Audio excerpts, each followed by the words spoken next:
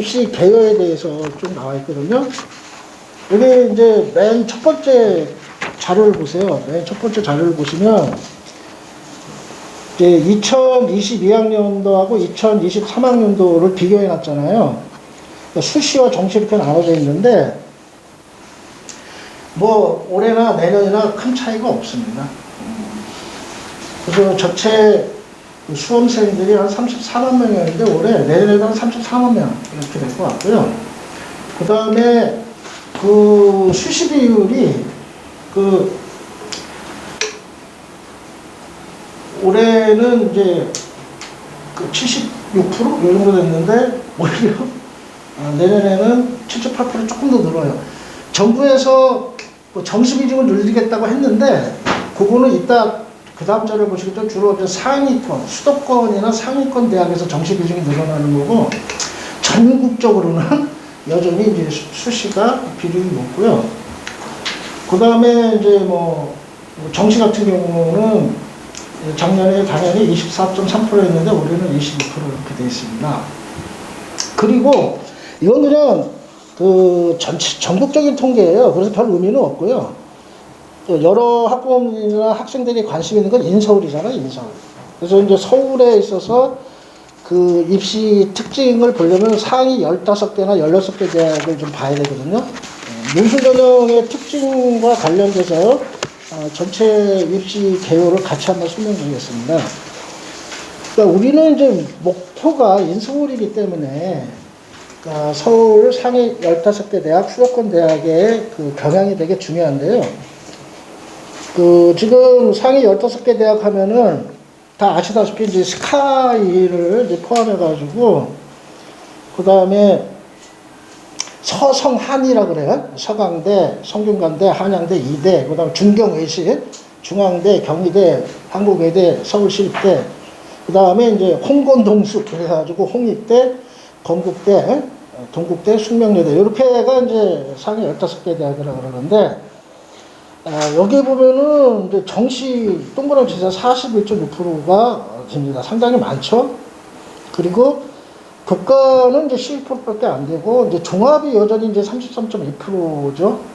이렇게 있고, 그 다음에 이제 논술이 이제 9.3%인데요. 논술 9.3% 동그라미 쳐주십시오. 근데 요 9.3%가 상위 15개 대학을 평균 낸 건데, 사실 이제 서울대하고 고려대는 논술을 안 보거든요. 그리고 시립대는 이제 자연계만 있고 인문계가 없습니다. 그래서 실제 13개 대학에서 이제 상위권에서 논술을 본다고 하면은 그게 이제 17.2% 정도 된다고 보시면 돼요. 제가 요거를 좀 제가 도표로 좀 정리해주고, 그 다음에 이제 설명을 좀 체계적으로 드릴 텐데, 이제 이 전형에서 뭐 교과, 학종, 그 다음에 이제 논술, 이게 이제 수시가 있고, 그 다음에 이제 정시가 있는데, 이제 2023년도에 뽑는 게 12%밖에 안 됩니다. 교과. 학종이 33% 뽑고, 논술은 이제 9.3%지만 사실은 13개 대학 같은 경우에 있어서는 이제 17%, 정시는 41.6% 이렇게.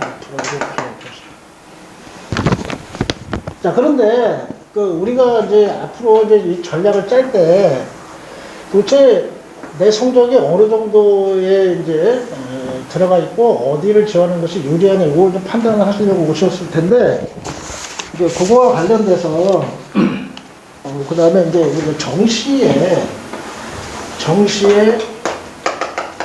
상위 15개 대에 가려면은 도대체 점수를 몇 점을 맞아야 되는가에 대한 통계가 나와 있어요. 그러니까 이제 90.56이라고 하면 상위 15% 안에 들어야 된다는 거죠. 문과 같은 경우. 그러니까 이게 등급으로 따지면은 2등급을 얘기하는 겁니다. 2등급.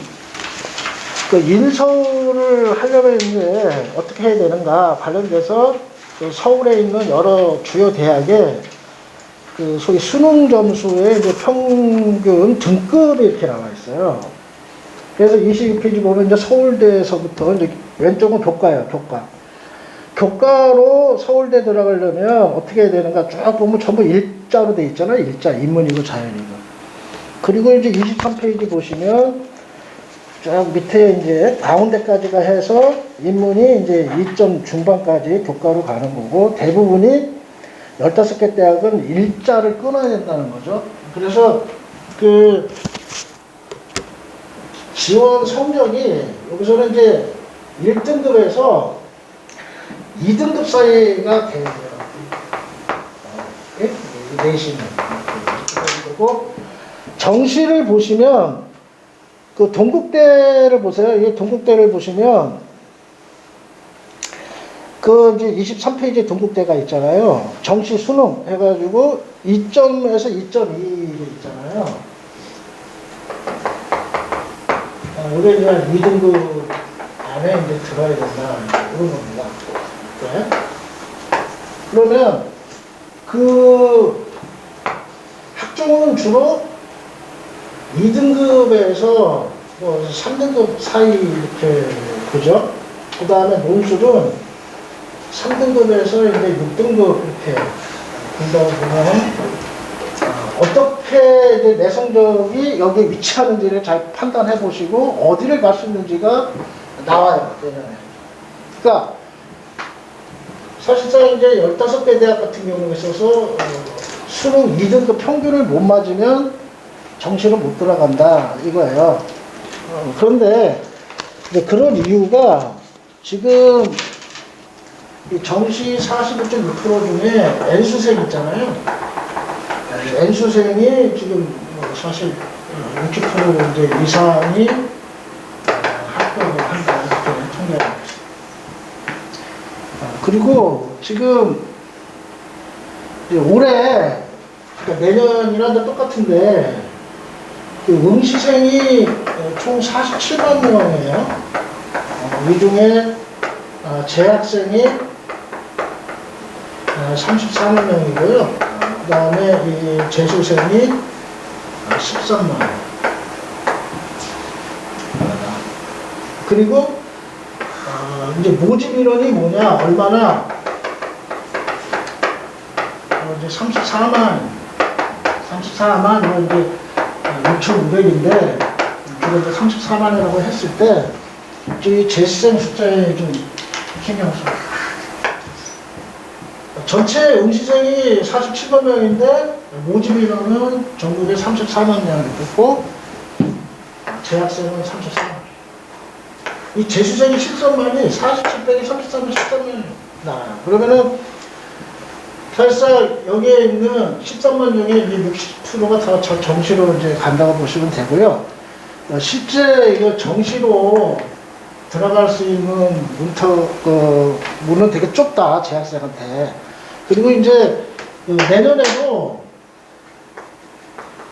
당연히 이제 그 재수생이 이 13만 이게 플러스 이제 알파로 될 겁니다. 왜냐하면 요즘 그 지방대나 그 전문대가 전부 미달이에요, 미달. 하도 이제 학력이 양극화가 되고, 그러니까 인서울이 이제 더욱더 이제 들어가고자 하는 열망이 커지면서, 그래서 제가 이제 말씀드리고자 하는 거는 뭐냐면, 지금 여기 이제 수능이나 내신 등급 보시면은 22페이지 보시면 되게 이제 교묘하게 돼 있죠? 등급하고 똑같아요. 지금 1등급이 4%고 2등급이 7%가면 이제 11%란 말이에요. 그러니까 1, 2등급짜리는 내신 1, 2등급짜리는 이제 교과로 뽑아주겠다라는 거예요. 그런데 내가 내신 1, 2등급이 안 되면 인서울이 사실 힘들다고 보시면 되고요. 근데 그렇다고 해서 이게 수능이 없냐? 그렇지 않아요. 수능이 이제 논술 최저와 비슷해요. 그래서 뭐 성대나 경희대나 건대 숙대 같은 경우는 최저 2하보 이 정도가 나와야 되고요. 2등급 하나, 3등급 하나. 그 다음에 중앙대, 서강대는 이제 논술 최저하고 똑같아요. 3합 6. 외대도 똑같아요. 논술하고 2합 4. 시립대 뭐 3합 7, 뭐 홍대 2합 8, 뭐 이런 식으로 해가지고 그 2합4에서 뭐 이제 3합 6 정도의 그 최저 기준을 맞춰야 돼요. 그러니까 이제 내신만 잘한다고 되는 게 아니라 수능도 이제 잘해야만은 이런 게 이제 사실 교과 전형이랑 하늘의 별따기라고 보시면 되고요. 그러면은 이제 이 학종이 이제 많은데 여기는 이제 수능 최저 기준이 없잖아요. 거기 없는데 물론 이제 일부 있는데도 있습니다. 일부 뭐 있는데도 있지만 사실 거의 없다고 보시면 돼요. 그런데 이 33%라는 게 사실은 이제 우리 부천이나 인천 같이 그 좀 이렇게 변방에 있는 대학에서 학교에서는 들어가기가 상당히 이제 어려운 그러한 전형이라는 게 학종이라는 겁니다. 그래서 제가 오늘 특별하게 이제 말씀드리고 싶은 내용이 뭐냐면 내가 뭐 작년이나 재작년에 계속 그 입시를 하다 보면 학생들이 이걸 많이 쓰거든요.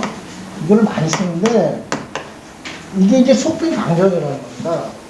내가 2등급에서 3등급을 맞았어요. 내신을 뭐 평균 2.5 이렇게 맞았는데 학종으로 15개 대학이나 뭐 인서를 할 수 있는가? 저는 거의 불가능하다고 말씀을 드리는 거예요.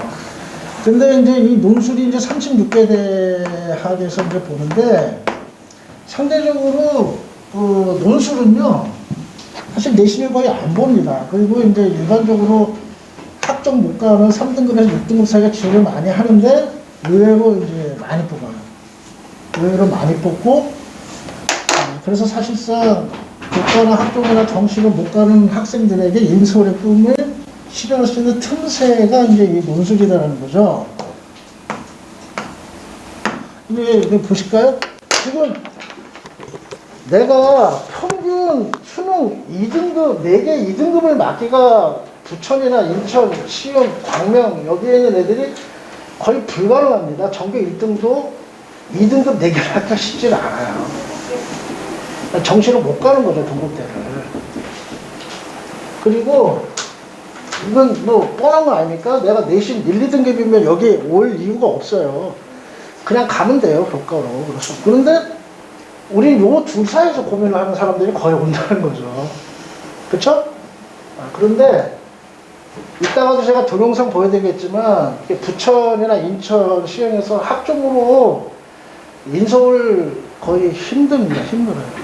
왜냐하면 다 아시겠지만 우리 사회는 이제 워낙 강남공화국이고 주로 이제 강남이 이제 기득권을 유지하는데 교육을 통해서 이제 재생산을 하는데 주로 특목고, 강남 8학군, 자립형 사립고 뭐 이런 식의 이제 잘 나가는 고등학교 학생들 위주로 사실은 이제 사회에 그 주류가 형성되어 있고 그걸 계속 재생산해 나가는 게 입시 시스템이에요. 그래서 당연히 뭐 솔직히 말해서 대원외고나 뭐 한영외고나 뭐 고양외고나 잘 나가는 외고에서 1, 2등급 나오는 애들은 무조건 뭐 수능 뭐 거의 1등급 맞겠죠?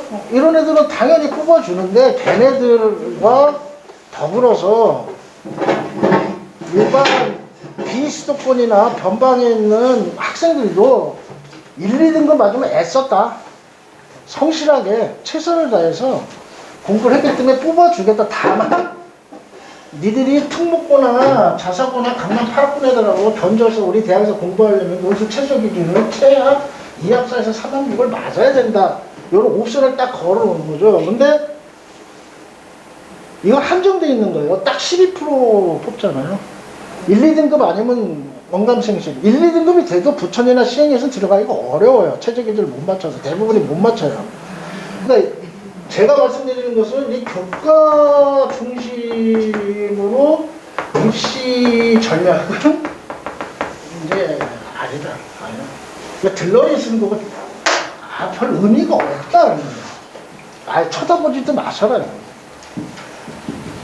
그럼 뭘 해야 되냐면 정시로 가야 돼요. 사실 정시가 자기 실력이고요. 수능 중심으로 가야 된다는 거예요. 근데 수능 중심이 이제 맞습니다. 맞는데 이거 워낙 N수생들이 이제 강하다는 거죠. 그 N수생들이 워낙 압도적으로 이제 60% 이상 차지하고 공부량이 절대적으로 밀리니까 정시로 들어가는 것 또한 하늘의 별따기다라는 거예요. 그래서 대부분 이제 재수로 가는 거예요. 그래서 이제 여러분들 스택하는 것이 이제 학종인데, 사실상 학종이라는 것도요, 이제 다 특목고나 자사고나 그 강남 8학군 같이 잘 나가는 애들 중심으로 뽑으려고 학종을 만든 거예요. 예를 들어서 외고에서 1, 2등급 안 나오는 애들, 2, 3등급 애들이 이제 학종으로 가는 거죠. 근데 이 33%라고는 하지만 그 학교들로만 해도 다 채워지는 것밖에 안 돼요. 30%꽤 많은 게 아니에요. 그리고 사실상 다 아시다시피 특목고나 자사고나 강남 8학군 애들의 내신 2, 3등급이고 수능도 이 정도 나와주는 거거든요. 그리고 뭐 연대나 고대 같은 경우는 거의 이제 교과보다 이제 학종 위주로 뽑는데 이제 최저가 이제 이런 정도는 이제 나와줘야 되는 거야. 서울대 지역균형 같은 경우도 최저가 2등급 3개, 어? 뭐 코로나 때문에 좀 낮춰주면 3등급 2개, 뭐 이렇게 해주잖아요. 그러니까 최저 기준이 사실상 상위권 대학에 있어요. 그래서 교과 잘 안 뽑고요. 스카이나 상여 전부 학종으로 뽑는데 이게 이제 수능 성적이 어느 정도 나와주는 애들, 즉 특목고 애들이 1, 2등급이 안 나오는 애들이 수능을 잘 보고 똑똑한 애들이 많다는 거예요. 그래서 특목고나 자사고나 강남 8학군에 공부 잘하는 애들을 상위 15개에서 뽑기 위해서 학종이라는 걸 만들었다고 하시면 돼요. 여러분들 부천이나 시임을 해서 만든 게 아니고, 그래서 얘네들은 이미 교과는 아예 포기하고요. 그렇잖아요? 뭐 대원외고에서 1, 2등급 나오겠어요. 천재 아니면. 그러니까 전부 학종을 하는데 학교에서 학종을 체계적으로 엄청나게 지원을 해줘요. 그 스펙이 달라요. 한마디로 온갖 그 왜곡과 조작까지 포함해서 경쟁이 안 된다는 거죠. 뭐 2배수에서 4배수 뽑아가지고 서류 심사에서 면접까지 가거나 안 가거나 뭐 하는데 전부 다 서류 탈락이나 면접에서 아예 쳐다보지도 않는다는 거. 그걸 제가 이따가 이제 보여드릴 거예요. 동영상에서 얼마나 서름을 받는지.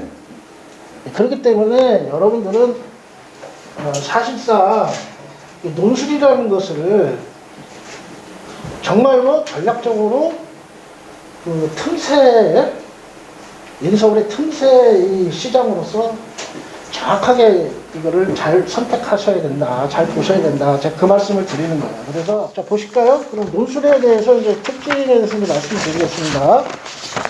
논술과 관련돼서 이것이 왜 틈새 시장 전략이 될 수 있는가에 대해서 이제 써놨습니다. 여전히 이제 상위 15개 대학에서는 논술은 높은 비중을 차지하고 있습니다. 그래서 아까 칠판에다 써놨듯이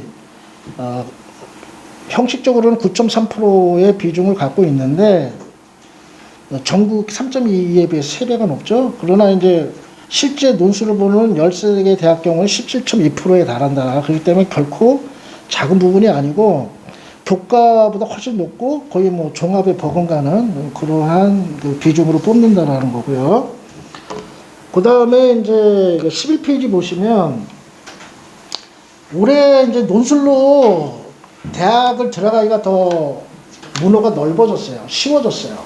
왜냐하면 수능 최저 기준이 이 코로나19 여파 때문에 좀 계속 낮아지는 추세예요. 학력이 자꾸 이제 낮아지니까.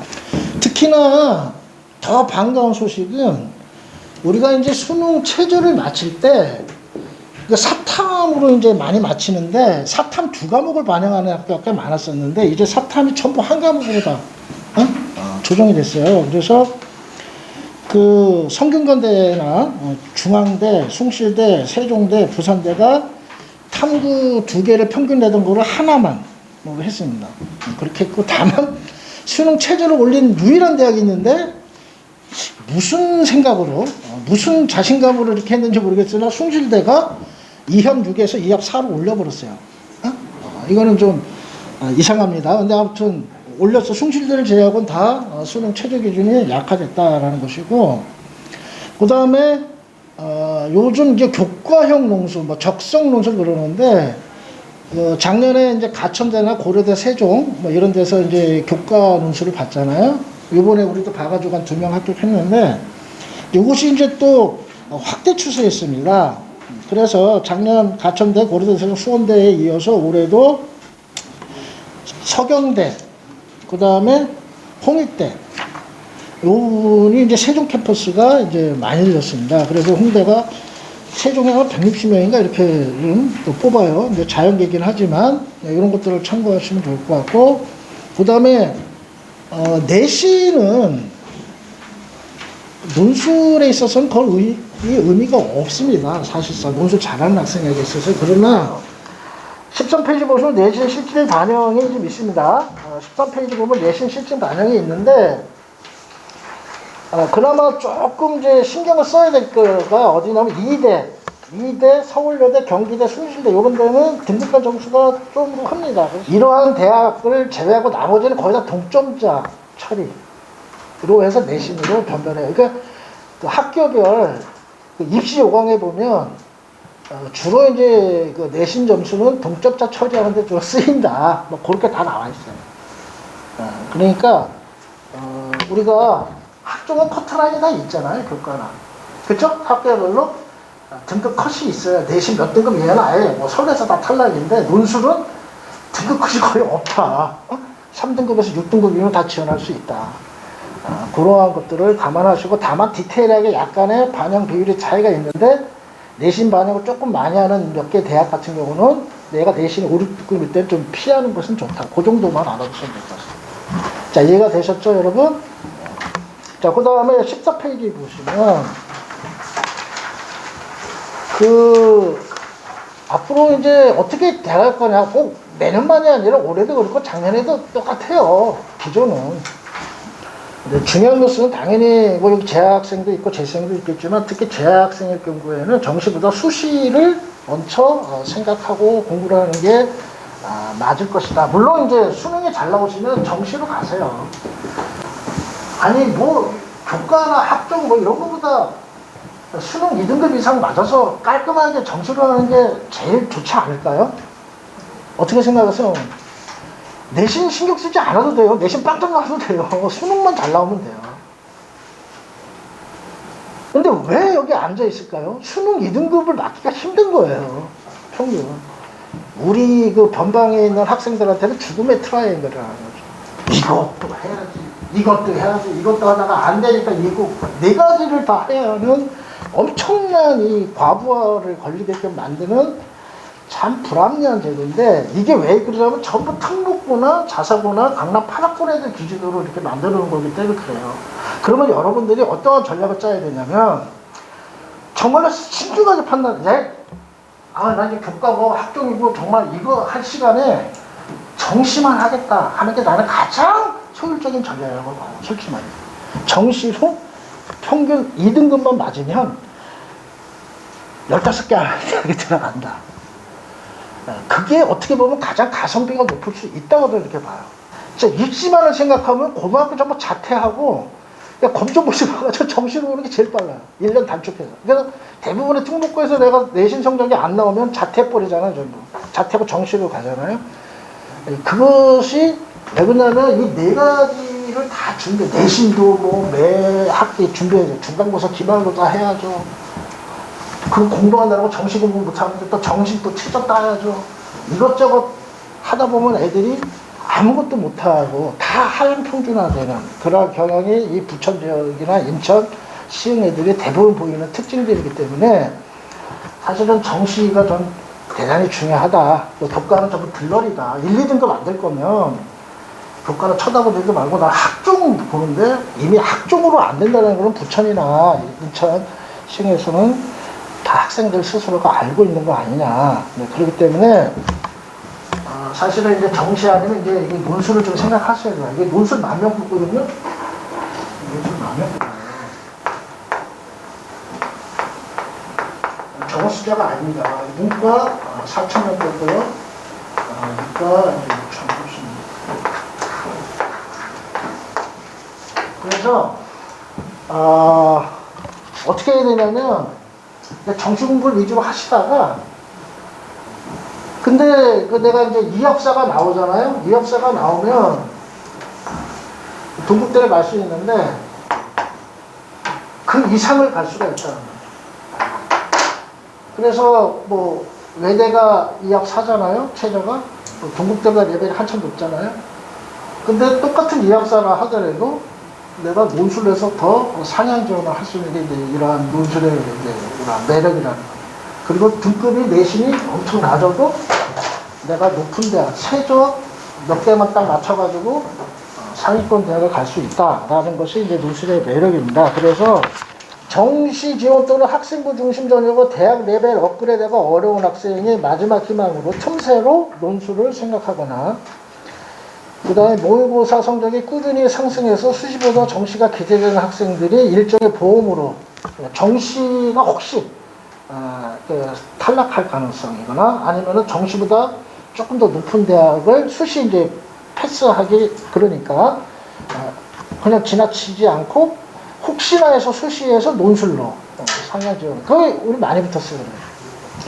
그러한 경우가 있습니다. 그래서 여러분들이 인서울을 하려면 학생부 전형, 특히 학종만 올인하지 마시고 논술과 배합하시거나, 그 다음에 정시로 가는 학생들도 논술과 배합을 해서 더 높은 업그레이드된 상향 지원의 대박을 한번 노려보셔라, 이런 겁니다.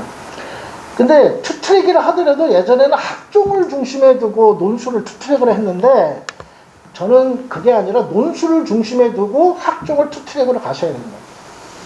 뭔 얘기인지 아시겠습니까?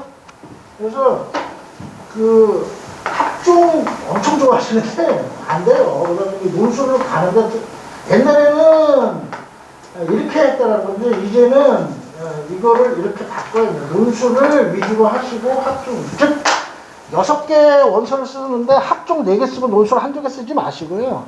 만약에 요번에도 저희들의 제 말을 듣고 애들이 논술을 4개, 5개 쓰고 학종을 하나만 썼으면 합격률이 2배로 늘었을 거예요. 왜냐하면 논술 6개를 써서 1~2개 붙는 게 쉽지가 않아요. 학종도 마찬가지인데 논술은 더 그렇거든요. 그게 뭔 얘기냐면 학종 4개 넣어가지고 1개 붙으면 잘 붙는 거잖아. 논술은 6개 넣어서 1개 붙으면 잘 붙는 거란 말이에요. 그런데 요즘은 학종이 더 어려워져가지고 논술을 4개 넣고 다 떨어지고 학종을 4개 넣고 다 떨어지고 논술 2개 본다? 합격하기 쉽지 않아요. 논술을 4개 정도는 봐야 돼요. 그리고 학종은 이미 커트라인이 다 있기 때문에 많이 늘 필요가 없어요. 그냥 입시 분석기 돌려가지고 내가 여기 붙을 게 확실한 100% 합격률인 데를 넣으면 되는데, 대부분이 어떻게 지원을 하냐면 학종도 상향 지원해요. 질러버려요. 논술도 상향, 이거 다 떨어지는 거죠. 그래서 학종을 어떻게 하시라고요? 학종은 안정 지원을 하셔야 돼요. 학종은 무조건 붙어야 돼요. 학종은 안정 지원을 하시고요. 이 논술을 이제 이 상향 지원을 하는 거예요. 그러면 학종은 제가 볼 때 1~2개, 4~5개 이렇게 써야 되나요? 이렇게 해야 그나마 인서울 할 수 있는 틈새가 넓어지지. 이제 예전에 거꾸로 했어요. 학종에 딥다 퍼붓고 논술을 1~2개 상향으로 했는데 그래서 될 게 아니더라. 여러분들이 이제 갖고 있는 논술에 대한 평가를 깨는 시간을 논술에 대해서 전화로 이제 네이버 다 쳐가지고 이제 전화 오잖아요. 딱 받으면 논술 좀 하려고 하는데요. 논술 그 다음에 나오는 얘기가 뭐냐면, 논술이 참 들어가기 어렵다고 하는데, 어렵고 편하게라고 하는데 어렵지 않아요? 이렇게 물어보세요. 제가 그 얘기를 수천 번을 했잖아요. 근데 이제 문문이죠, 문문. 그럼 어떡하실 겁니까? 웃도나 치자. 그럼 전화하신 목적은 내 아이 성적이 교과나 학종이나 정시고 안 되니까 전화하신 거예요. 그럼 딱 뻔히 아시는 거잖아요. 그런데 논술이 어렵다고 물어보는 것 자체가 문문이라는 어려운 어쩔 것 인성을 하려는 거잖아요. 그러면 남는 게 뭐냐면, 내가 아까운 돈 투자하고 내가 힘들어 죽겠는데 논술 하나 더 추가해서 공부를 하면서 한번 추리를 해볼 건지, 아니면 전문대나 지방대 갈 건지, 둘 중에 하나 선택하는 문제를 좀 드리거든요. 내가 부천 전문대나 유한 전문대나 제 지방대를 갈지, 아니면은 논술에 한 몇백만 원 투자해서 보내는 것이 더 효율적인지를 판단하시는 거예요. 그게 아니고서는 내가 학적으로 갈지 교과로 갈지 이거하고는 전혀 논술분이 참 관계가 없는 거다라고 생각합니다. 그리고 선택하셔야 돼요. 몇백만 원 투자해서 논술로 인성시킬지 아니면 지방 내가 전문대 보낼지를 선택하셔야 돼요. 근데 저는 이렇게 생각합니다. 논술이 상위권 대안이나 인성을 하는 게 대단히 쉽다는 거고, 왜냐하면요, 이제 25페이지, 6페이지인데, 논술은요, 정말 변수가 없어요. 논술은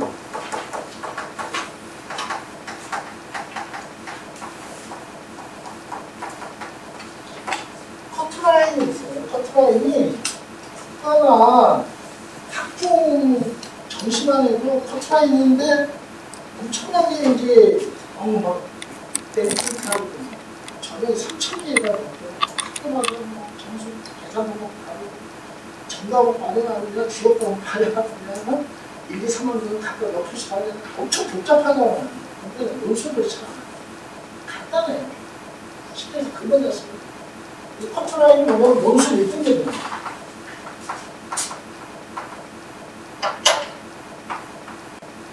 그러니까 1등급에서 2등급 사이 2.5 내외 이런 거 없어요. 딱 영어로 하면 90점 이상. A등급이죠. A등급. 1등급 이상. 4% 이내에 들어야 하죠. 내가 그래서 경쟁률 120대 150대 아무 의미 없어요. 전체 지원해 주면 4% 딱 1등급. 절대 점수로 하면 90점 이상. 영어 90점 이상 받아야 되고 논술에 최소 90점 이상 받아야 돼요. 그러니까 논술은 뭐냐면 내가 뭐 국어영어 수학이나 그 전체 그 등급이 좀 낮았어. 그래서 내가 아무튼 고등학교 성적이 이렇게 썩 좋지는 않아. 근데 그런 면에서 내가 좀 약간의 좀 실패했다 치자. 그러나 내가 1등급을 다시 한번 맞아보고 싶어. 내가 내신이나 수능을 1등급 못 맞았지만 논술을 1등급을 내가 1년 동안 투자해서 맞아가지고 인생 역전을 하겠다라는 마음으로 하셔야 됩니다. 그래서 그 어떻게 학생들을 풀려면 예배수를 뽑아야겠다는 예배수를 정원이 4명이다.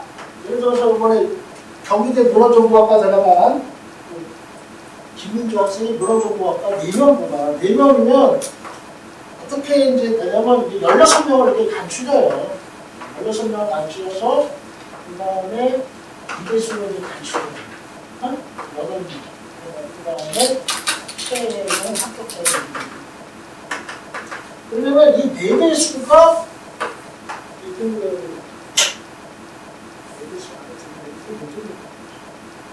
그리고 1등급이 90점이면 이제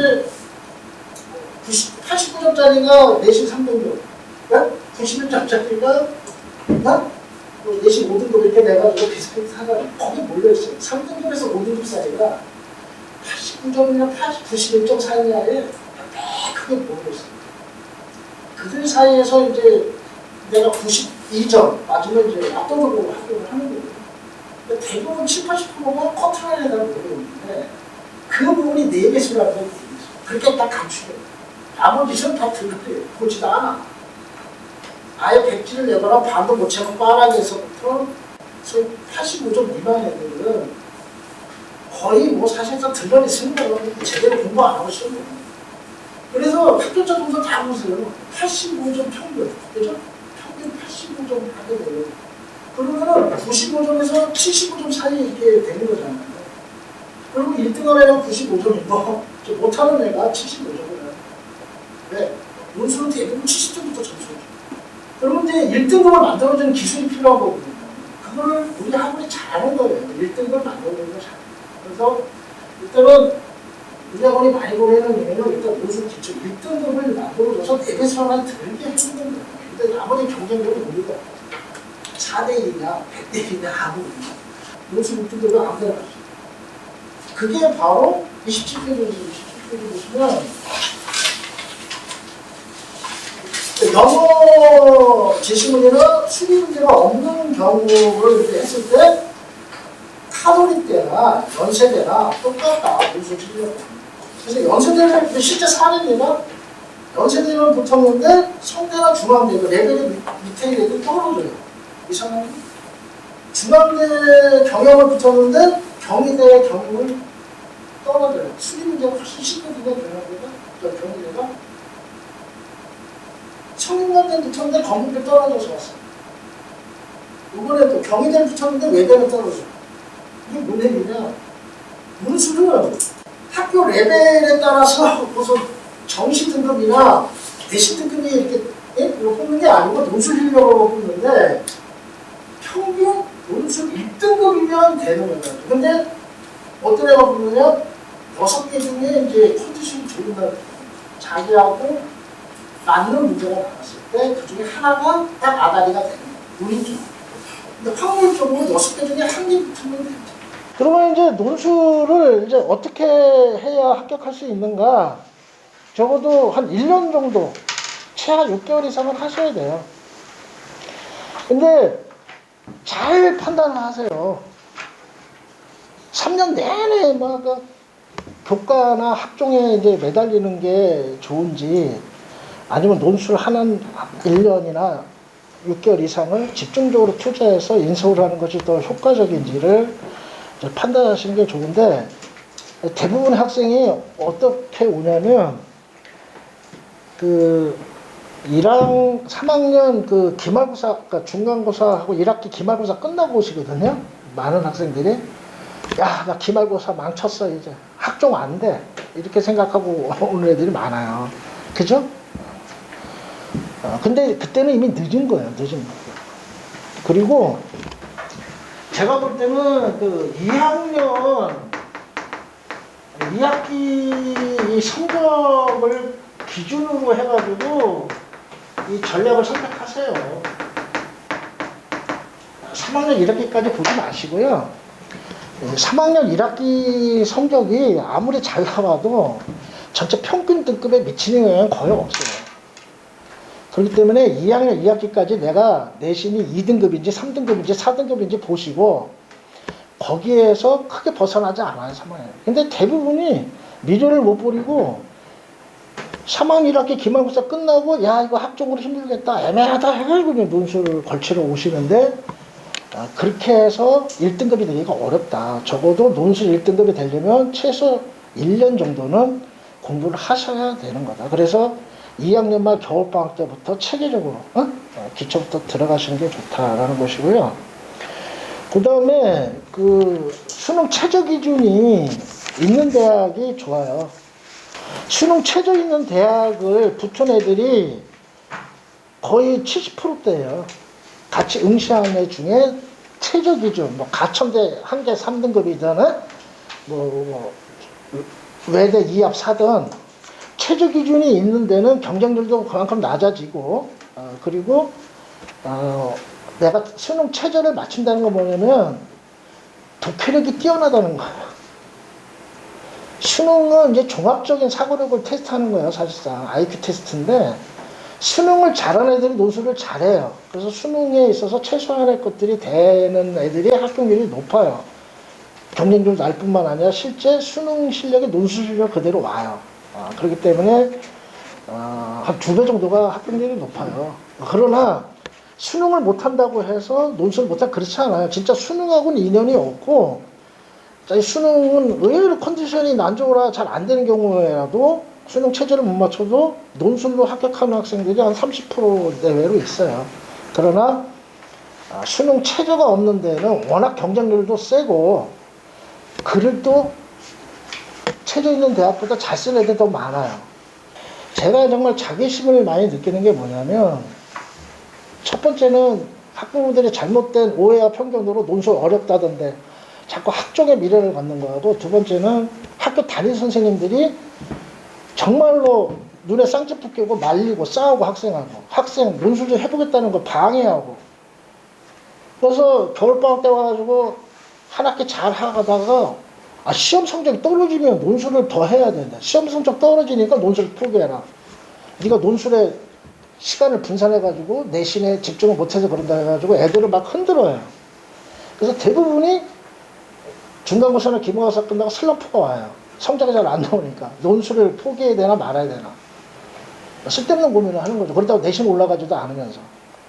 그런 잘못된 생각을 심어주는 담임선생과의 싸움이 제가 제일 괴롭고요. 두 번째로는 또 담임선생들이 이 학종을 또 너무 상향 지원을 시켜주는 경우가 많아가지고, 저하고 예를 들어 국어를 같이 하는 학생들 경우에는 올해나 작년에 대부분 체제를 맞춰서 다 들어갔어요. 올해 이제 28 붙은 애들 중에 대부분이 저하고 국어를 했던 친구들이에요. 왜 그게 가능하냐면, 나는 다른 학원에서 국어 듣는 애들이 대부분 다 체제를 못 맞췄어요. 근데 다른 학원 듣는 게 주로 보면 이제 대형 학원들이야. 상담도 제대로 안 해주고 관리를 잘 못 해줘. 근데 저희들은 논술도 가르치고 구도 가르치면서 얘가 과연 최저 2합 5, 2합 4, 3합 6이 나올지를 항상 옆에서 지켜보면서 이제 관리를 해주거든요. 근데 야, 너 국어 2등급 나올 자신 있어? 3등급 나올 자신 있어? 아, 자신 있대. 그리고는 못 맞춰서 와요. 그런 애들이 56%예요, 56%. 최저를 못 맞힌 애들이 우리 학원에서 56%가 최저를 못 맞췄어요. 작년에는 80% 못 맞췄어요. 그래서 작년에 너무 내가 충격을 받아가지고 올해는 엄청나게 관리를 한 거예요. 학생과 싸워가면 너 안 돼. 너 절대 이합사 안 나와. 외제 쓰지 마. 근데 크게 쓰겠다는 거야.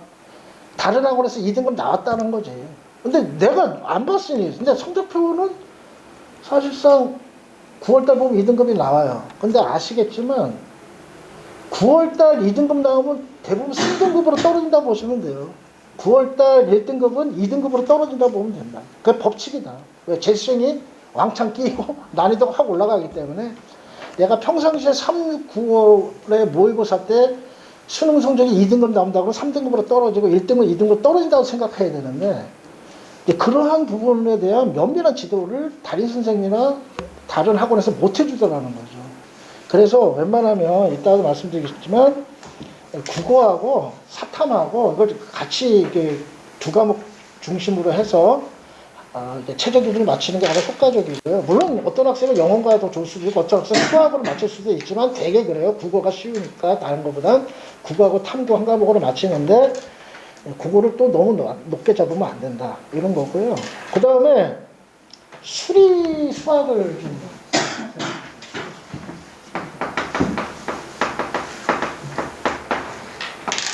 이게 이제 합격률이 가장 높아요.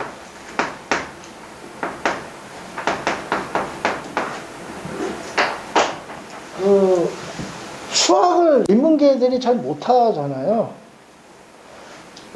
근데 이제 예전에는 이제 수학 3등급 이내에 들어오면 이제 수리문수를 봐서 이제 합격을 많이 시켰는데 요즘은 이제 공통 수학으로 보니까 1, 2등급이 거의 문과에서 안 나와요. 그래서 4등급까지는 수리를 보면 좋겠습니다.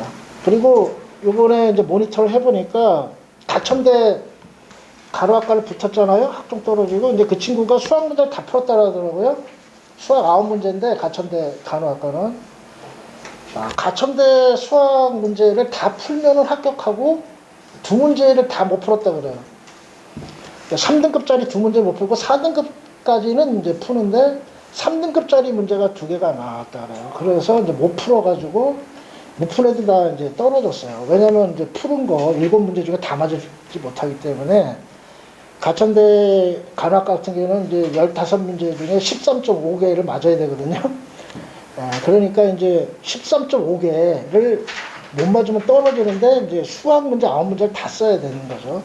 근데 그 학생이 가천대가 3등급이었어요. 수능 점수가.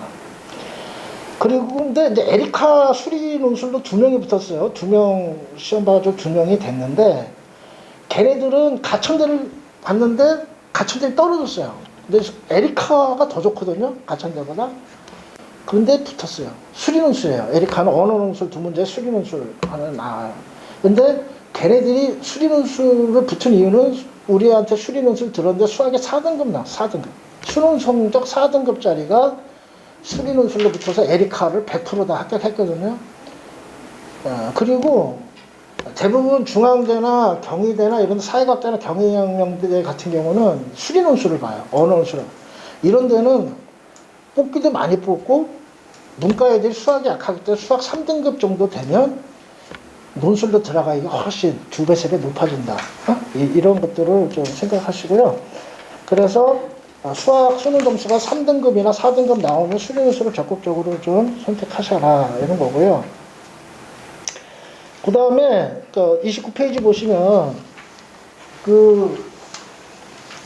자신이 우리가 적성이라는 게 있잖아요. 논술도 평균 1등급 90점이지만 특히 잘하는 장르, 특히 어떤 대학 유형이 나한테 맞는지가 있어요.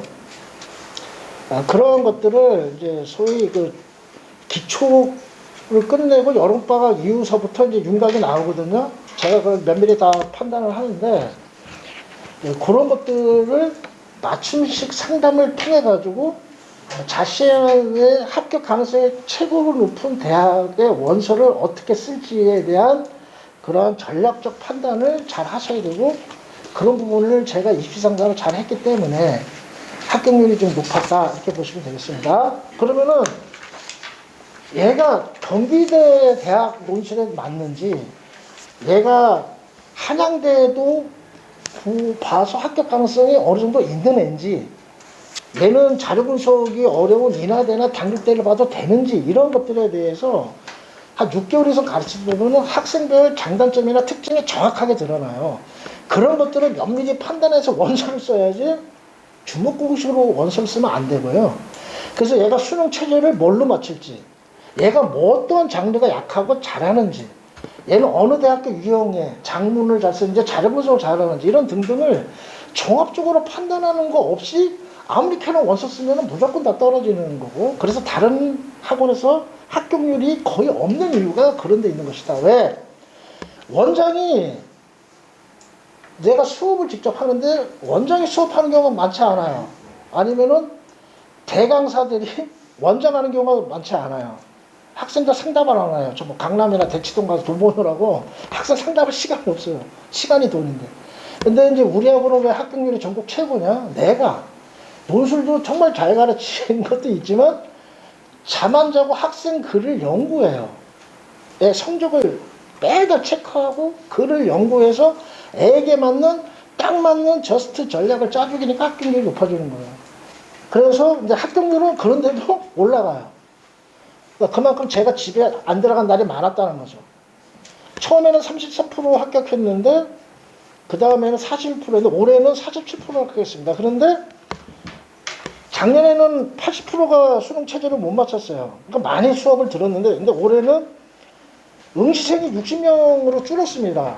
근데 75명 중에 16명을 아예 응시를 못했고요. 한 개 대학 이상 체제를 못 맞춘 애들 26명이나 돼요.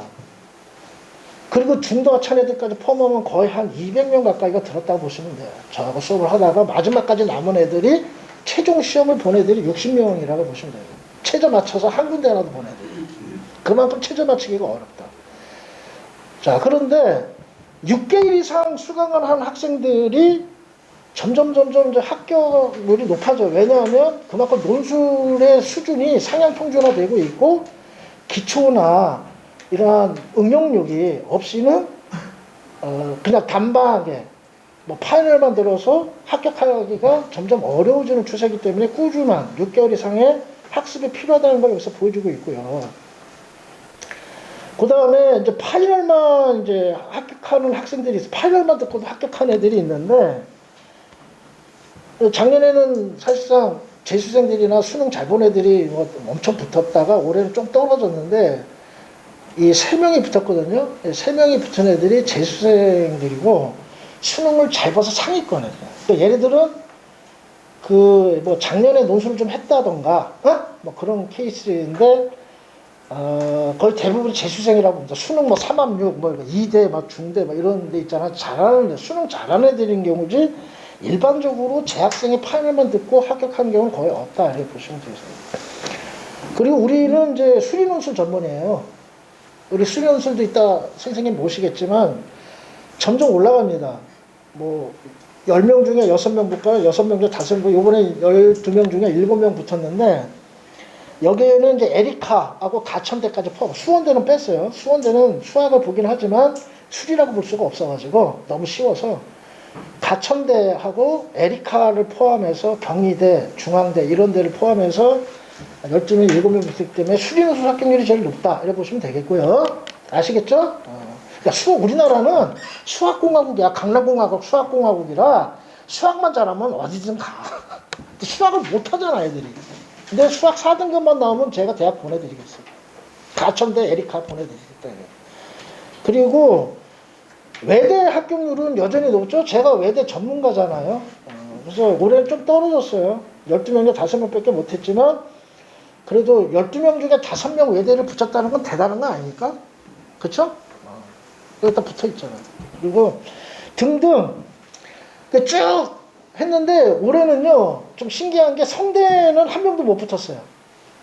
성대 작년에 한 명 붙였는데 올해 못 붙였고 3명 받는데 중앙대는 이제 4명 중에 1명밖에 안 붙었어요. 작년에 2명 붙었는데 그 다음에 세종대는 한 명도 못 붙였습니다. 1명 받는데 떨어졌어요. 동국대도 1명 받는데 떨어지고 솔직하게 닿습니다. 연세대도 작년에 3년 만에 1명 붙였는데 올해 못 붙였어요. 그만큼 연세대 들어가면 하늘의 별 따위인 거 아시죠?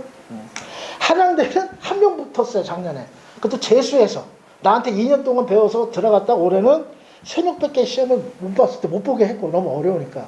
근데 거의 가능성 없었어요. 얘네들. 근데 이제 뭐 당연히 다 떨어지죠. 근데 이제 기쁜 거는 서강대가 되게 어렵거든요. 이제 서강대를 계속 한 번도 합격을 못 시키다가 올해 합격이 1명 딱 됐습니다. 그리고 또 기쁜 거는 이화여대를 1명도 못 붙였다가 올해 이화여대를 제가 집중적으로 파이널을 개설해서 수업을 많이 했어요. 그래가지고 4명 중에 3명이나 붙었다는 거죠.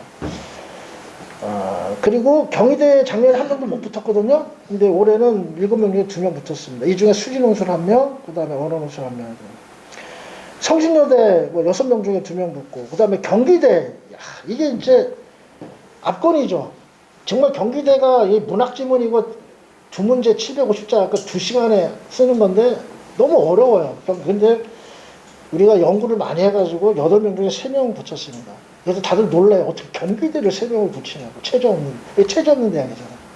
그러니까 그만큼 기똥차게 글을 잘 쓰는 애들이 많았다는 거죠. 그래서 이것은 뭘 의미하냐면 기초가 튼튼한 거고 정말 교수급으로 글을 잘 쓰는 애들이 많다는 거예요. 우리 학원에서. 그만큼 그렇게 가르친다는 거죠.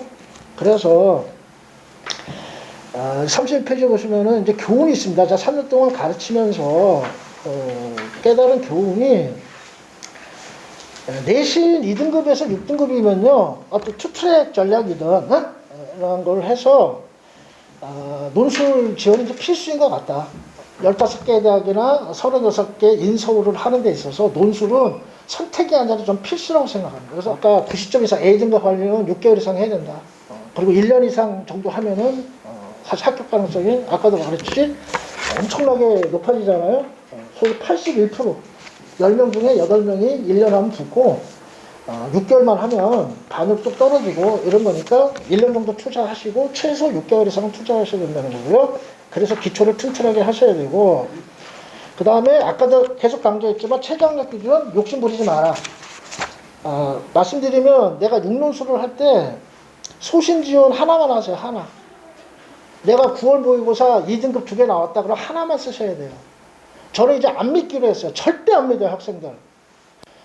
이번에도 엄청나게 통제했는데도 결국은 이제 자기가 막 바꿨어요. 너 이거 쓰지 마 해도 몰래 바꿔요. 막. 정말 말을 안 듣더라고. 그리고 담임선생님이 막 질러. 이거 쓰라고. 근데 정말 비전문가다라고 상담하지 마시고요. 내가 9월 모의고사에서 2합사 나오면 거의 3등급으로 떨어진다고 보시면 돼요. 100% 거의. 1, 2% 빼놓고는. 그래서 소신지원 하나만 하고 전부 등급을 낮춰서 지원하고 하향 지원도 체제 없는데도 한두 개. 그러니까 2합사가 체제 없는데 한두 개 쓰셔야 돼요. 알았어요? 9월달 모의고사 2합사 외대, 나 외대, 동국대, 뭐 세종대 다 볼 수 있어. 천만의 말씀. 하나만 딱 쓰시고 2합 5, 2합 6 이렇게 쓰신 다음에 가천대도 하나 쓰시고 그 다음에 체제 없는데 인하대 이런 데도 쓰셔야 돼요. 그게 2합사의 운명이야, 제 학생들. 9월달 모의고사 믿으면 안 된다는 거죠. 그런 거고, 그 다음에 국어와 논술을 같이 수강해야 합격으로 인도가 가능합니다. 아까 제가 말씀드렸습니다. 그 다음에 그래야지만 학생들 맞춤식 전략이 합격의 관건인데 제가 그것을 제대로 가이드해 줄 수 있다는 것이고요. 그 다음에 5번째 보시면 이 멘탈이 중요해요. 멘탈. 애들이 정말로 한 150명 정도가 이제 수업을 듣다가 많이 떠나요. 그 이제 10월 달부터 들어오다가 꼭 먼저 한 애들이 떠나요. 늦게 온 애들이 오히려 더 오래 붙어 있고 먼저 온 애들은 지치더라고 많이. 누가 그렇게 지치게 만드느냐? 담임 선생님들. 막 너 미쳤어? 이따들 보세요. 학생들이 담임들하고 얼마나 싸웠는지. 그리고 중간고사나 기말고사나 수능이 성적이 안 나왔을 때 이제 오히려 흔들려요. 그럴 때일수록 논술로 더 다잡아가야 되는데 거꾸로 막 회의 들고 그런 애들 내가 붙잡고 설득하는 게 너무 힘들고 정말 가슴이 먹먹해지고 그러니까 애들하고 같이 고락을 같이 하다 보면 저도 그냥 미치겠어요. 슬럼프가 너무 많고요. 애들이 그냥 종을 못 잡아요. 이제 그런 경우가 있고 또 하나는 저랑 잘 하다가 항상 의심을 해요. 이 논달에 대해서. 혹시 저게 다 사기 아닐까? 아니 이걸 왜 사기치겠어요. 세부랑 차는 일을 제가 학생 이름 다 있는데 그리고 내 성적이 얼마나 될까? 과연 이 학원이 정말 잘 가르칠까 해서 꼭 목동이나 대치동 가요. 여름방학 때쯤 돼서. 그리고는 안 돌아와요. 왜? 다시 돌아오기 미안하잖아요. 그리고는 들어보면 다 떨어져요. 거기 가서 관리가 안 되는데 뭐. 학생들은 많지만 붙는 애들은 다 강남 애들, 1, 2등급 애들 중심으로 가는 거예요. 거기도. 제대로 챙겨주지 않거든. 그래서 많이 떠나가요. 수업을 많이 듣다가 떠나가는 경우가 많은데 그러지 마셔라. 일단은 자신감과 인내심, 중단 없는 꾸준한 노력을 하면서 우리 학원이 제가 대치동에서 옛날 잘 나가던 일타 강사이고 저희 유레카논 수를 제가 창시한 사람이고 제 고향인 여기 와서 재능 기부하면서 사실은 이 틈새를 넓혀서 제가 그나마 인성을 지키는데 일조하고 있는 사람인데 모르겠어요. 제가 은퇴를 하면 부천 논술학원이 죽을 것 같아요. 왜냐면 사실 논술이든 학종이든 정시든 들어가기가 어려워 인성을. 근데 그나마 정말로 제가 제 자랑하고 제가 있으니까 논술을 보내는 거라고 저는 그렇게 생각해요. 근데 이제 제가 은퇴를 하면 부천도 논술도 들어가는 학교가 이제 학생들이 거의 없을 가능성도 커요. 그만큼 이 논술이 지금 제대로 가르친 데가 없다라는 거예요. 제대로 가르치는 데가 없고 강남이나 목동은 지들이 잘해서 그냥 가는 거예요. 저도 옛날에 대치동에서 엄청나게 서울대 연고대 보냈는데 우리가 실력은 지금이 더 있는데 그때 내 실력도 없었는데 어떻게 많이 갔을까? 지들이 알아서 공부해서 가는 거예요. 선생님이 잘 가르쳐서 간다기보다 상담을 잘하거나 잘 가르치다기보다는 워낙 우수한 애들이 많이 모이니까 그중에서 몇 명이 가는 거예요. 그러면 우리 학원은 뭐냐? 못하는 애들을 잘하게 만들어서 보내는 거예요. 그것 때문에 제 인생 다 여기다 투자하는 거예요. 그래서 이제 그런 것들을 제가 정말로 저의 지극정성으로 애들을 보낸다는 거 말씀드리고요. 자, 그러면 동영상을 좀 보시고 여태까지 제가 말씀드린 것을 이제 총화하는 시간을 갖도록 하겠습니다. 사실은 어떤 학원이 좋으냐, 잘 가르치냐는 성과로 얘기해야 돼요. 그럴싸한 립 서비스에 속지 마시고 지금 아주 추합자 안 나왔는데 이렇게 합격 성과를 당당하게 내고 검증받고 학생들이 와서 직접 인터뷰해서 나 이렇게 합격하고 이렇게 동영상으로 하는 학원이 있으면 나오거라 그래요. 없어요. 그걸 한번 보시고요. 학생들이 어떻게 공부를 했고 어떻게 해서 붙을 수 있었는지를 한 14분 동영상을 통해서 좀 보도록 하겠습니다.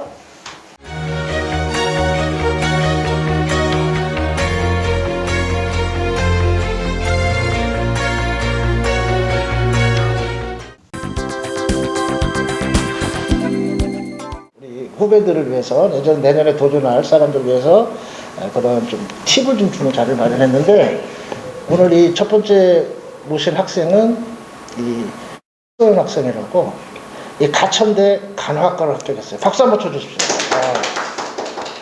근데 이제 우리 학생은 이제 만난 지 얼마 안 되고 이제 파이널만 듣고 합격한 아주 논술에 있어서는 참 귀재인 것 같은데, 이 학생 같은 경우는 이제 학종으로도 이제 간호학과 몇 군데를 냈는데 안 됐어요. 그런데 논술로 됐단 말이야. 근데 그거에 대해서 이제 남다른 소회가 있을 것 같아요. 그거에 대해서 한 말씀 좀 해주셨으면 좋겠어요. 우리 학생이 어떻게 논술을 생각하게 됐고, 학종과 논술과 비교했을 때 어떤 그 장단점이 있는지 그런 것들 한번 좀 얘기를 좀 짧게 좀 해주세요. 우선 논술 자체가 사람들이 운빨이 심하다 하면서 인식이 별로 딱히 좋은 편은 아니고, 선생님하고 상담을 했을 때도 논술 쓰지 말라고 하는 말이 많았는데, 그래도 가천대는 일단 약수령 논술이기도 하고, 그래서 뭐 짧게 준비라도 해서 한번 해보자라는 식으로 지원을 하긴 했습니다. 그리고 저는 주로 학종을 썼기 때문에 학종에 많은 시간을 썼는데 나랑 같이 면접도 네. 하고, 너는 될 거야, 가천대는 뭐 무조건 되고 경기대에 이제 운을 걸자 그랬었는데 결과는 안 됐죠. 분명 면접도 잘 봤다고 생각했고, 세특이나 뭐 점수나 다 나쁘지 않고 무조건 합격권이라고 생각했던 대학들이 막 떨어지고 하니까 멘탈 붕괴도 오고 진짜 미쳐버리겠는 거죠. 그래서 결국 남은 데가 논술에 희망을 걸어보자 하고 파이널 와서 들었는데, 수업이 그 전체적인 어떻게 써야 되는지 개요나 그런 거 알려주시고, 어떤 부분에서 많이 나오는지도 잘 알려주시고, 그리고 문제 수준이 딱 실제로 시험 봤던 문제 수준하고 거의 비슷했던 문제들이라서 진짜 막상 시험장에서 되게 신기했던 경험이 있습니다. 모래주머니 효과도 네. 있었고, 어떤 시차 적응 훈련도 해가지고. 논술이 운빨이 있기야 있을 수는 있겠지만, 그래도 노력을 하고 어느 정도 계속 해왔다면 이게 꼭 운빨로만은 작용하지 않을 수 있다라는 생각을 했습니다. 면접이나 학종보다는 논술이 더 쉽다라는 느낌이 안 들어요? 내가 진작에 논술에 노력을 했으면 더 좋은 대학을 갈 수 있지 않나, 이런 생각 해본 적 없어요? 면접을 준비하면서 그런 생각이 계속 들었던 것 같아요. 이게 면접 어떤 문제 나올지도 모르고, 분명 내가 잘 대답을 했다고 해도 그 상대방은 어떻게 받아들일지 모르기 때문에, 그래도 어쨌든 글을 써서 객관적으로 확인하는 논술이 더 가능성이 있을 것 같다는 생각을 했습니다. 우리 이세진 학생은 정말로 제가 이제 성격이 너무 좋아가지고, 너는 성격이 좋고 멘탈이 강해서 무조건 합격할 거야, 내가 맨날 볼 때마다 그랬던 친구인데, 이 친구는 올해 논술을 했어요. 1년 정도 논술을 해서 어떻게 그 어렵다던 성신여대 천자근 2개를 써서 합격을 하게 됐는지, 그 비결이나 소감 같은 거 있으면 좀 한마디 부탁해요. 일로 오세요. 안녕하세요. 저는 처음에 글을 그렇게 잘 쓰는 학생은 아니었어요. 하지만 제가 학생부 성적도 낮고, 그리고 논술로 가고 싶은 마음이 커서 이렇게 수업을 들으려고 이렇게 수업을 들어봤는데, 원장 선생님께서 하라는 대로만 해라, 그러면 된다, 이러시는 거예요. 그래가지고 진짜로 제가 평소에 쓰는 습관이 있잖아요. 글 쓰는 습관, 이런 것들을 다 뜯어 고치고 선생님께서 하라는 대로만 했어요. 그리고 수업 듣는 것도 중요하지만 그 들은 거를 자기가 쓰면서 적용해 보는 게 더 중요하다고 생각했어요. 그리고 성신여대 같은 경우에는 이게 글이 길고 천자 2개를 써야 되기 때문에 시간 압박도 굉장히 커요.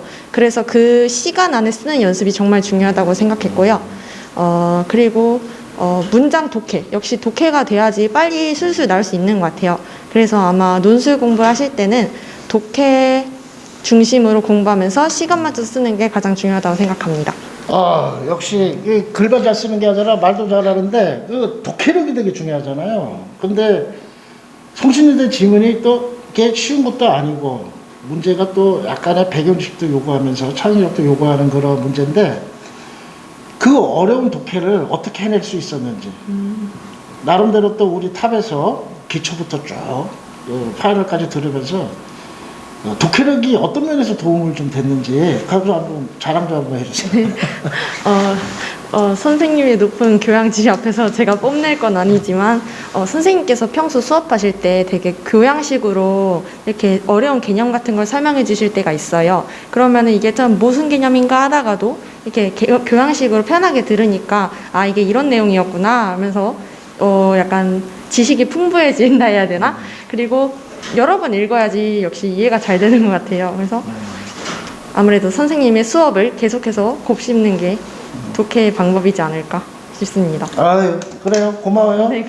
우리 그 장재원 학생이 선생님하고 이제 상담하면서 논술을 하기까지, 결심을 하기까지의 과정이나 그리고 또 우리 윤남준 선생님이 워낙 잘 가르쳐 주셔가지고 합격을 했는데 어떻게 하면 합격할 수 있었는지 어떻게 해서 그런 포인트 좀 얘기 좀 해주세요. 합격하게 된 포인트요?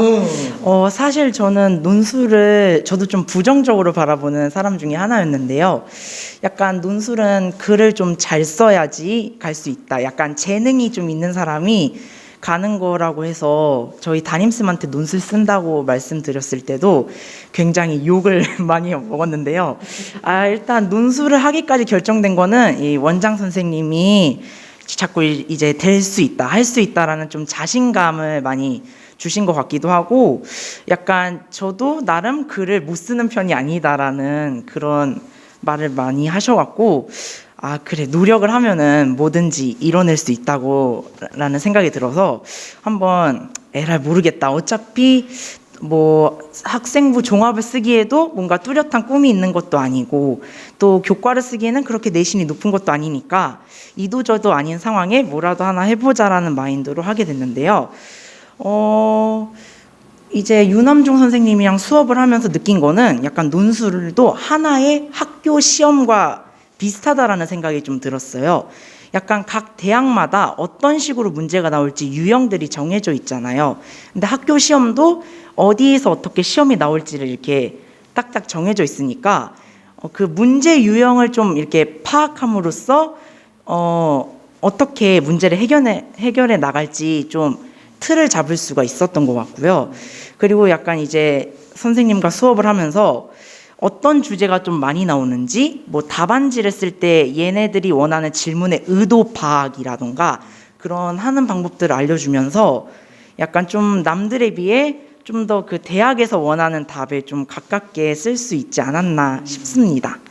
자, 그러면은 이번에는요, 그 경기대 합격생을 좀 소개해 드릴게요. 이번에 경기대에 응시한 학생이 8명이에요. 8명 중에 3명이 무려 합격을 했어요. 우리 그 지윤서 학생, 박수 한번 쳐주세요. 자, 윤서 학생이 좀 나와보세요. 네, 나오시고. 자, 우리 그 민주 학생도 나오는 김에. 자, 일로 나와. 자, 이 학생이 이제 영광의 얼굴들인데, 네, 일로 들어와.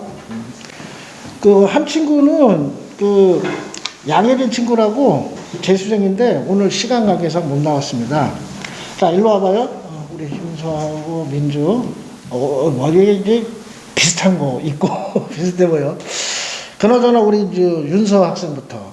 우리 윤서 학생은 이제 초기부터 했었죠. 거의 1년 꾸준히 했던 학생인데 중간에 또 슬럼프도 있고 도중 하차할까 하다가 많이 그 우울하고 힘들었을 때 선생님하고 좀 얘기 좀 하고 다시 이제 기운 차리고 다시 이제 복귀해서 꾸준하게 하면서 이제 결국은 이제 일을 내고 말았는데 우리 윤서 학생이 후배들이나 앞으로 재수를 하던 내년에 도전할 학생들한테 어떨 때 슬럼프가 오는지 그리고 그러한 위기를 어떻게 극복했는지 그거에 대해서 좀 얘기해 주세요.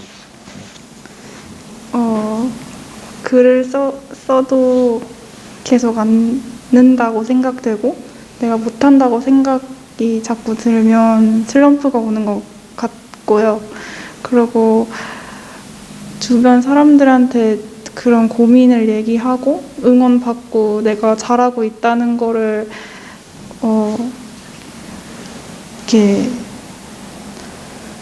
알게 되면 그러고 가고 싶은 학교에 욕심이 생기면 슬럼프 극복할 수 있고 계속 그 가고 싶은 학교 그 문제를 기출을 많이 풀어보는 게 도움이 많이 된 것 같습니다. 너는 경기대가 무조건 될 거야. 그래서 계속 제가 얘기를 했잖아요. 근데 그때 진짜 내가 경기대가 될 거라고 생각했어요?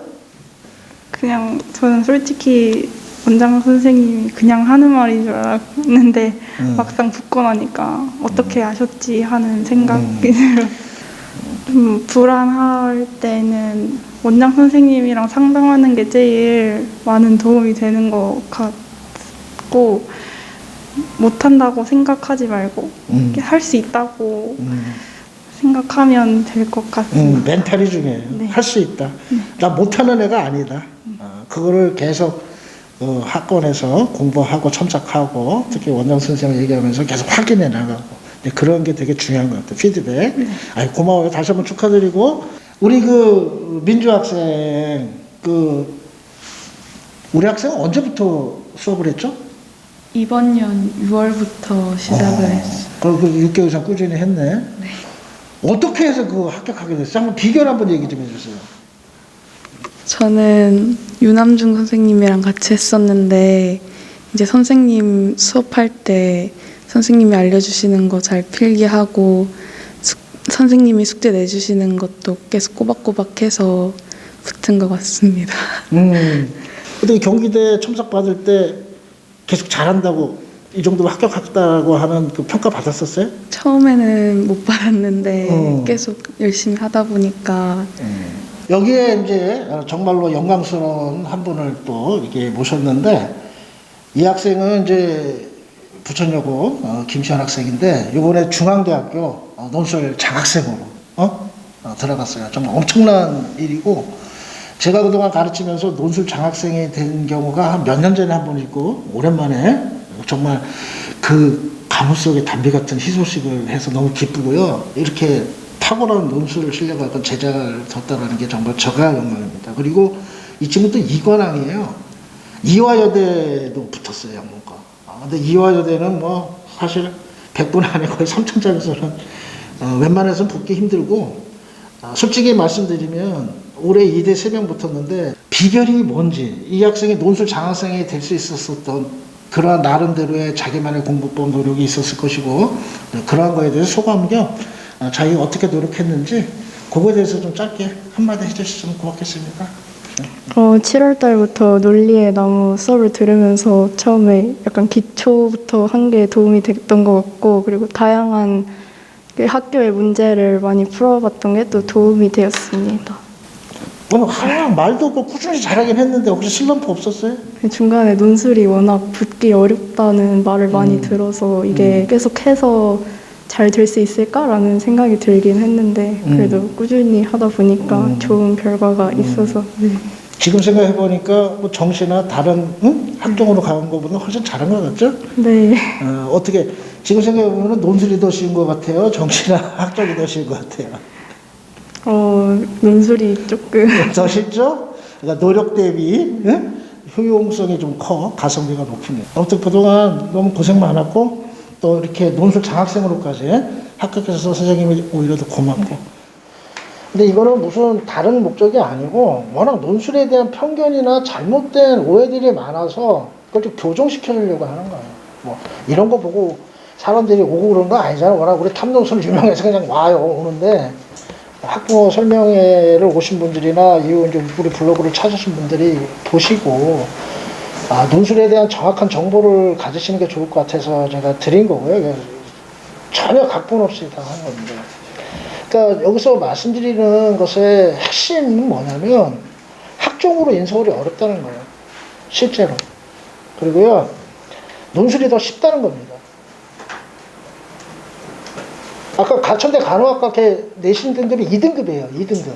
근데 이제 막 울었어요. 나하고 이제 가천대 간호학과보다 취직이 잘하니까 경쟁률이 세잖아요. 근데 4배수를 뽑는데 다 담임 선생이고 다른 학원이고 뭐고 다 걔는 무조건 경희대나 성신여대가 중요하죠. 가천대는 붙는다고 했어요.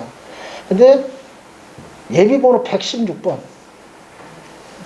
그런데 벌써 질문할 때요, 전공 적성에 대해서 물어보지는 않더래요. 그래서, 이거 완전 개무시하는구나. 근데 완전히 그냥 상처받고 왔고, 저랑 면접한 애들이 예전까지 많이 붙었는데, 올해는 특히 안 되는 게, 외국, 이제, 한국에서 스페인어과 한 애도, 뭐 쓸데없는 특징들이에요. 영어 이수단이고 이렇게 쪼고, 아니, 학교에서 그 이수단이가 한대 했는데, 왜 특목고들보다 영어를 못하냐는 거죠. 그런 식으로 이제 사람을 차별하는 발언을 노골적으로 해서, 걔도 완전히 그냥 멘붕 상태죠. 이런 걸 하면서, 이거 학종은 이게 조국 딸, 조민 문제뿐만이 아니고, 이거 완전히 이건 그냥 특목고를 위한 거구나라는 게 다시 한번 확인이 됐습니다. 그런 거고요. 그 다음에 제일 중요한 게 뭐냐면요. 여러분들 학부모님들 꼭 아셔야 될 게 있어요. 뭔가 이제 중학교 때부터 잘못 공부를 하신 거예요. 사실은 정시, 수능 이거는 중학교 때 이미 결판이 나요. 이제 우리 19일 국어 설명회 때 다 말씀드린 건데 수능 1등급, 2등급까지 있잖아요. 4%, 11%는 이미 중학교 때 결정이 다 나 있어요. 잘못 공부를 한 거예요. 선행도 잘못했고, 아무튼 인지구조 자체가 수능은 1, 2등급을 맞기가 힘든 상태로 이미 고차가 된 상태인데, 그럼에도 불구하고 애들의 잠재력은 엄청 커요. 애들은요, 무궁무진한 가능성이 있어요. 그래서 지금 6개월이나 1년 동안에 제대로만 지도하고 걔 적성에 맞는 방향으로 잘 코치하면 1등급이 될 수 있어요. 그 마지막 남은 희망이 저는 논술 1등급이라고 보는 거예요.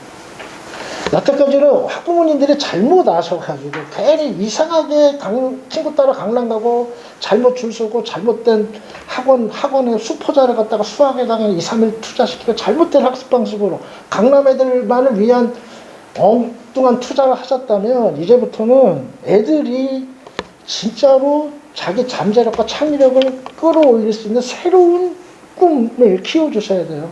그것이 마지막 남은 게 논술 1등급이라는 거예요. 근데 애들은 정말로 인정에 목말라 있고요. 애들은 정말로 적응력이 뛰어나. 우리나라 어른들도 그렇지만 우리 어르신들도 그렇듯이 우리 학생들의 유전자가 이 죽음의 트라이앵글에서 죽지 않고 살아남는 것보다 대단한 적응력이고요. 논술 조금 칭찬해주고 조금만 흥미 느끼면 팍팍 껴버려요.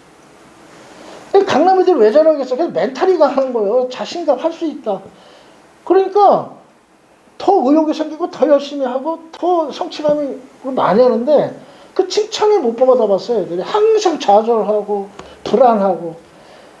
그래서 이제 대부분 이제 정말로 이게 애들이 흔들리는 게 많아요. 그럴 때 저는 애들 잡아놓고 정말로 애들이 가능성이 있음을 막 증거를 보여주면서 관리를 합니다. 저는 이제 매번 시험을 보거든요. 그럼 점수를 딱 보여줘요. 너는 처음에 88점, 기초 끝나 92점. 야, 근데 92점짜리가 막판에 거의 90%가 다 합격하더라. 이걸로 너 수능 1등급, 2등급이면 어느 대학 가는 줄 알지? 선생님이 과학적으로 이렇게 논술 성적을 매번 내서 너 평균 95점이면 너 어느 대학에 가게 돼 있어. 너를 믿어. 이런 식으로 해서 안정을 시켜줘요. 담임 선생님은 그냥 무조건 교과로 가라고 하고요. 솔직히 말해서 나 무지하게 스트레스 받아요. 담임 선생님들은 뭘 모르더라고. 어느 정도냐면 논술을 쓰겠다니까 그래 한번 써봐라. 학종 4개 쓰고. 근데 엉뚱하게 써요. 수리논술이 있는데 수리논술이 있는 거 모르고 원서를 내요. 이합서 나오니까 건국대 경영학과가 많이 간대. 야, 그래 경영학과 넣어봐. 야, 거기 수리논술 봐. 수학 2등급 이상 나오면 안 돼. 근데 거기 인문논술이 써있고 자연계는 수리논술 써있고. 그거는 거기서 말하는 인문논술은 언어논술 플러스 수리논술을 포함하는 인문논술이야. 근데 담임 선생님이 그것도 안 알아보고 건국대 경영학과 이학사라고 해서 원서를 내게 하거나 그런 경우가 많아요. 이대 사회학교도 수리논술 보는데 그거 모르고 그냥 3반종 나온다고 쓰게 하거나. 엉뚱한 에리카도 이번에 시험을 못 본 애들이 몇 명 있는데 왜냐면 에리카가 최저가 없다 그러니까 야 그럼 한양대 에리카 좋잖아요. 졸업장도 또 에리카를 써서 왔어요. 수리논술이 있는데 수학이 6등급짜리가 이런 식의 코치를 해준다 이거예요, 학교에서. 논술 알지도 못하고 방해해. 방해하다가 이제 쓰겠다 그러면은 그래 뭐 학종은 4개 교과 쓰고 2개 그럼 요거 한번 해봐 하는 게 전부 엉뚱하게 지도를 해준다는 거죠. 이제 그런 분들하고 내가 싸우느라고 정말 지치고 힘들고 그 과정에서 고래 싸움에 새전 터진다고 애들이 얼마나 힘들겠어요. 담임 선생님 말이 많은지 학원 원장님 말이 많은지 불안하고 이럴 때 사실상 우리가 이제 멘탈을 강화시켜주고 애들에게 자신감을 주고 칭찬해주고 이제 이러면서 애들이 기적을 일으키더라고요. 그래서 사실 정시나 학종이나 교과로 못 일으키는 미라클을 좀 우리가 좀 매직 논술이라는 마법을 저희가 지금 3년째 이제 만들어 오고 있다는 거 말씀드리고요. 절대 담임 얘기 듣지 마시고 그 다음에 이제 아까 장재원 학생이 얘기했고 그랬듯이 출제 의도와 그 경향, 유형이 있어요. 그거에 맞춰서 우리들이 이제 수업을 해드리고 특히 어떠한 유형의 학생이 맞는지를 꼼꼼히 다 우리가 파악해요. 우리 이 학생은 예를 들어 아까 지은서는 막 죽고 싶을 정도로 애가 많이 힘들었어요.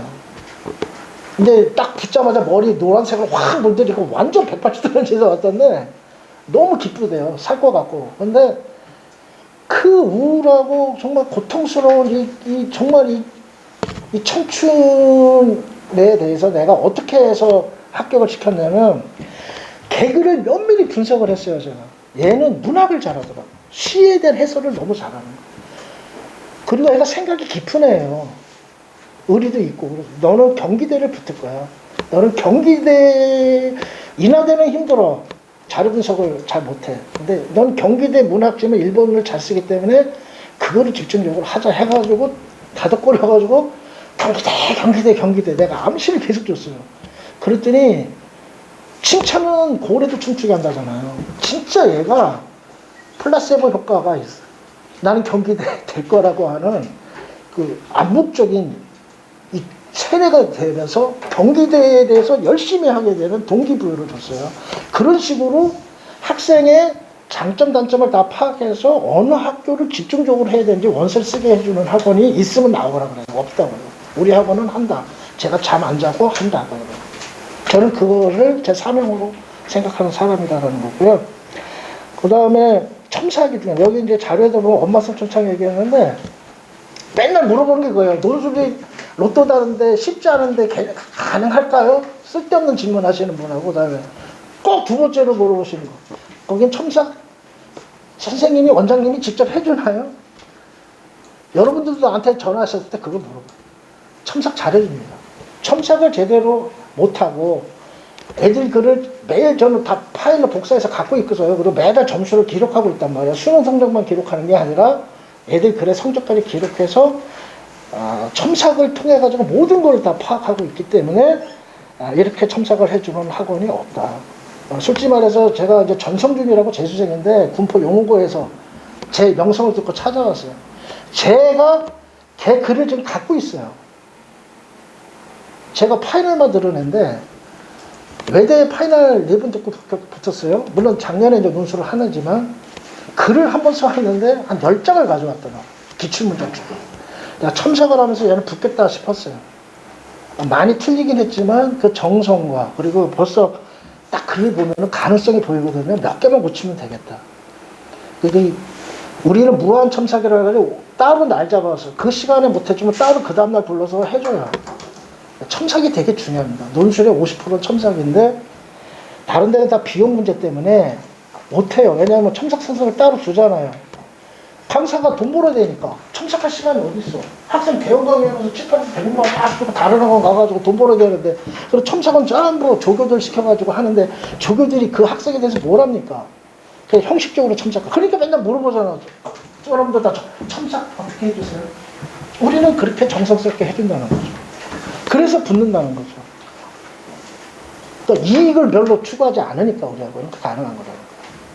자, 그런 거고요. 자, 아무튼 그다음 기초가 중요합니다. 그리고 다양한 주제에 대한 이해. 파이널 내적 유형별 거 있잖아요.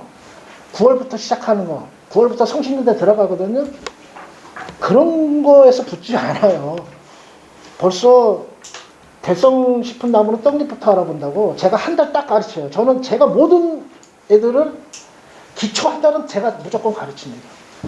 대학에 36개라 다는 못 가르쳐. 저는 주로 이제 연세대에서부터 상위권 15개 중심을 가르치고 경기대 이런 데는 이제 내가 작년에 좀 올해는 못했어요. 너무 수업이 많아서. 그런데 행운은 뭐냐? 제가 기초 한 달을 무조건 다 가르친다는 거예요. 근데 그 기초 한 달이 되게 중요합니다.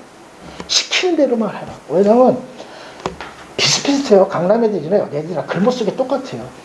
글 못 쓰는 애들 조금 덜 못 쓰게 해주는 게 논술이에요. 잘 쓰게 하는 게 아니고 못 쓰는 걸 조금 덜 못 쓰게 해준다고 생각하면 되고요.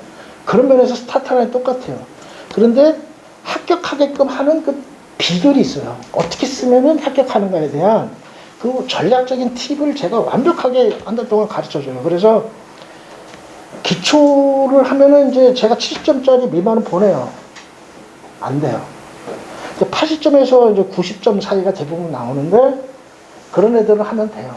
그리고 한 30, 40% 정도는 90점 이상이 넘어요. 근데 처음 한 달 그 수업하고 제가 성적표를 어머니한테 보내요. 그때 받아오시고 90점이 넘으면 걔 논술 잘하는 거예요. 근데 잘한다는 게 뭐냐면 가능성이 크다는 거예요. 논술이 그만큼 어떤 면에서 쉬워요. 뻔하거든요. 공식이 있어요. 그거를 애가 선생님 말 잘 듣는 거예요. 시킨 대로 하는 거예요. 특별하게 머리가 좋은 게 아니라 일성이 선생님에 대해서 믿고 따르는 그게 돼 있는 애들은 돼요. 90점이 넘으면 걔는 거의 90% 이상의 합격을 한다고 보시면 돼요. 그래서 여기 붙어 있는 애들은 기초가 대부분이 한 달 듣고 90점 넘은 애들이다. 그리고 2명이 이제 80점대가 합격하고 막 그랬는데 아무튼 기초가 중요하다. 기초를 탄탄하게 12월 1월부터 해 나가시면 꾸준히 하다 보면 될 거고, 그 다음에 그 수리논술 이 부분을 좀 많이 생각하셨으면 좋겠는데, 마지막으로 프로그램 관련돼서 37페이지 보세요. 37페이지 보시면, 37페이지 보시면, 지금 가천대 그 교과 논술하고 세종대 논술이 교과 있고, 그 다음에 홍익대도 자연계 이제 교과 논술이 만들어졌는데, 앞으로 이제 가천대나 에리카 수리논술 있잖아요. 최저 없는데 이쪽을 좀 많이 보내려고 해요. 수능 3등급 하나면 되고 수능 최저가 없는데 에리카가 내가 볼 때 황금밭이에요. 새로운 블루오션입니다. 근데 여기를 몰라. 애들이 수리논술 때문에 이제 지원을 안 해요. 어떤 학생은 수리논술이 없는 줄 알고 무턱대고 왔다가 원서 날린 애들이 반이고요. 그리고 대부분은 이제 수학을 잘해야 되는 줄 알고 그랬는데, 요번에 가천대를 썼다가 떨어졌는데 에리카를 붙었거든요. 애들이 수학 4등급이에요. 우리가 이제 문제를 정확하게 만들어가지고 정말 거의 쪽집게식으로 에리카를 가르쳤습니다. 그래서 수학을 못하시는 학생들 같은 경우에 5등급이다. 그러면은 수학 기초를 만들어야 돼요. 그래서 예전에는 수리논술을 여름방학 때부터 했는데 지금부터 하려고요. 인문이라도. 그래서 내가 수학이 5등급, 4등급이면 3등급으로 만들어드리고 수리 문제를 같이 풀어가면서 수리논술로 들어갈 수 있도록 하는 프로그램을 새롭게 올해부터 이제 하려고 해요. 그래서 수학은요, 사실상 5등급 이하는 웬만하면 학원도 나는 안 보내야 된다고 봐요. 그러니까 5등급이나 9등급이냐가 정시나 어떠한 그 대학 가는데 아무 의미가 없어요. 그리고 수학을 못해도 수학 반영하지 않는 대학 많아요. 그렇기 때문에 정시로 뭐 골고루 잘 받아서 가는 애들이 거의 가뭄에 콩나시 하는 애들 따라가지 말고, 등급을 2개 딱 맞힐 때 웬만하면 수학으로 맞힌 애들 거의 없잖아요. 뭐 국어나 탐구나 영어나 이런 걸 하시고, 다만 수학이 5등급 미만일 때 저는 뭐 수학하고 일주일에 3일 가고 이런 어리석은 투자하지 마시고 5등급에서 4등급이나 4등급, 3등급으로 올릴 사람을 우리 학원에 보내주세요. 제가 그러면 그것을 정시로 보내는 게 아니라 논술로 보내드릴게요. 논술로.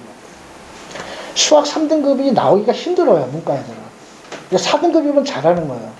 5, 4, 3 애들을 보내시면 제가 아까 83% 합격률이다. 그러니까 자기 학생들의 니들의 성적을 정확하게 보라고.